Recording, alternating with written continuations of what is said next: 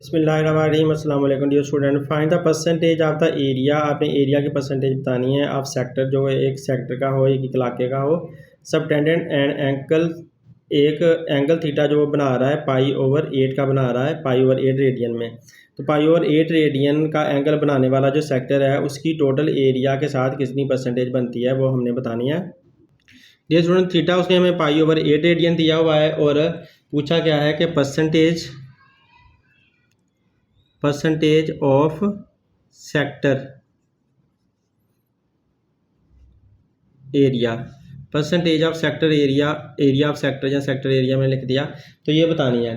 तो इसके लिए आपको पहले टोटल एरिया का भी पता होना चाहिए, सर्कल का टोटल एरिया का भी पता होना चाहिए और एरिया ऑफ सेक्टर भी निकालना चाहिए। तो मैं पिछले सवाल में भूल गया सर्कल बनाना, तो ये सर्कल मैं बनाकर आप लोगों को बता देता हूँ। तो देखें, ये मैंने एक सर्कल बनाया, ये इसका रेडियस है यहाँ से यहाँ तक, और इसको यहाँ तक मिला दें तो ये इसका सेक्टर बनता है। ये वाला जो इलाका है ये सारा सेक्टर है और इसको इकट्ठा सारा कर लें तो ये एरिया ऑफ सेक्टर बन जाएगा। तो इसको आप एरिया ऑफ सेक्टर कहोगे। तो इस एरिया ऑफ सेक्टर को आपने देखना क्या है, टोटल एरिया के साथ। अगर आपका यही वाला वो वाला सर्कल है, यही दोबारा मैंने वही वाला सर्कल बना लिया, तो वही रेडियस है इसका, मैंने यहाँ पर वही रेडियस शो कर दिया। जो रेडियस यहाँ पर है वही यहाँ पर रेडियस है। तो अब इसके टोटल एरिया के साथ आपने इस छोटे से एरिया को कंपेयर करना है और आपने बताना कि ये कितनी परसेंटेज बनता है। ये वाला जो छोटा एरिया है ना, एरिया ऑफ सेक्टर का, तो जिसको मैं शेड कर रहा हूँ, ये वाला जो एरिया है ये इस टोटल एरिया का कितना हिस्सा बनता है, इस सारे एरिया का वो कितना हिस्सा बनता है। तो ये हमने बताना कि वो कितना परसेंटेज बनता है। तो लिहाजा ये सर्कल दो सर्कल मैंने बनाए हैं, लेकिन ये है एक ही सर्कल, क्योंकि मैं एक ही जगह पर इनको शो नहीं ना कर सकता, इसलिए मैंने ये दो दफ़ा सर्कल बना लिया। एक दफ़ा यहाँ बना लिया, एक दफ़ा यहाँ बना लिया। बस ये गलती से ज़रा सा बड़ा बन गया, इसके लिए सॉरी। तो अब हमने इनको कंपेयर करना है, इनकी परसेंटेज हमने निकाल कर देखनी है। तो पहले हम इसका एरिया निकाल लेते हैं, फिर हम इसका एरिया निकाल लेंगे। तो पहले एरिया ऑफ सेक्टर निकाल लेते हैं। Area of sector, area of sector का फार्मूला क्या है, 1/2 r² थीटा। तो 1/2 r² ऐसे ही रहेगा, और थीटा इसका उसने हमें बताया हुआ है क्या है, पाई/8। तो वो उसने हमें बताया पाई/8, तो मल्टीप्लाई बाय पाई/8 कर देते हैं। तो ये इसका आ गया मेरे पास आंसर, एरिया ऑफ सेक्टर का आंसर ये आ गया इस शक्ल में। तो अब आपने एरिया ऑफ सर्कल निकालना है, तो एरिया ऑफ सर्कल भी निकाल लेते हैं। Area of circle is equal to, हमें इसका फार्मूला आता है पाई/r²।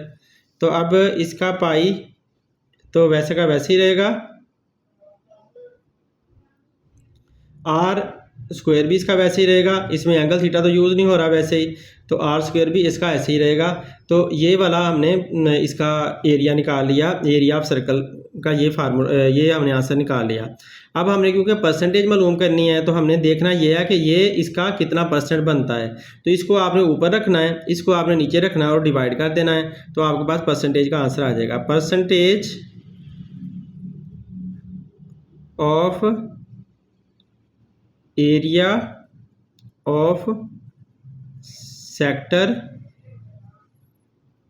To total area, percentage of area of sector to total area, ये हमने निकालनी है।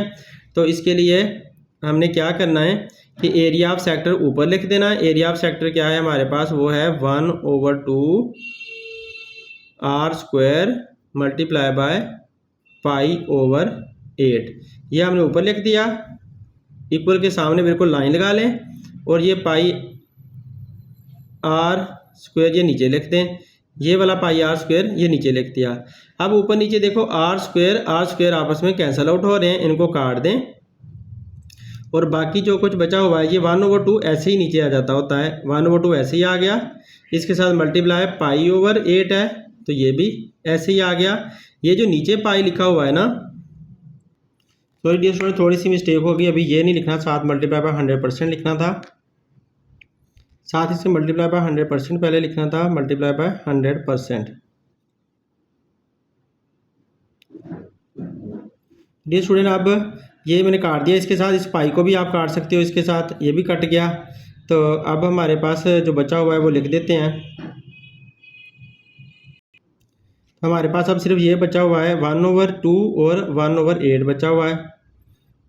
1/2 मल्टीप्लाई बाय 1/8, ये यहाँ से 1/2, यहाँ से 1/8, ये मल्टीप्लाई बाय 100%।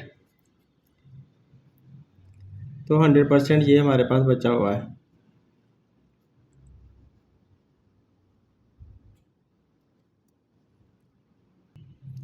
डियर स्टूडेंट देखें, इसका मतलब ये हुआ कि 1/16, 2 मल्टीप्लाई बाय 8 16 हो गया, मल्टीप्लाई बाय 100%। अब आप क्या करोगे, 100 को जब 1 के साथ मल्टीप्लाई किया तो 100/16 आ गया परसेंट में। 100 को 16 पे डिवाइड करके आप आंसर निकालो, इसका कैलकुलेटर से आप आंसर निकालोगे तो आपके पास 6.25% आंसर आ जाता है। तो यूँ हमारे पास ये आंसर आ चुका है। ये स्टूडेंट, उम्मीद है आप लोगों को वीडियो पसंद आएगी। अगर पसंद आती है तो लाजमी शेयर करें। अपना बहुत सा ख्याल रखें। अल्लाह हाफिज़।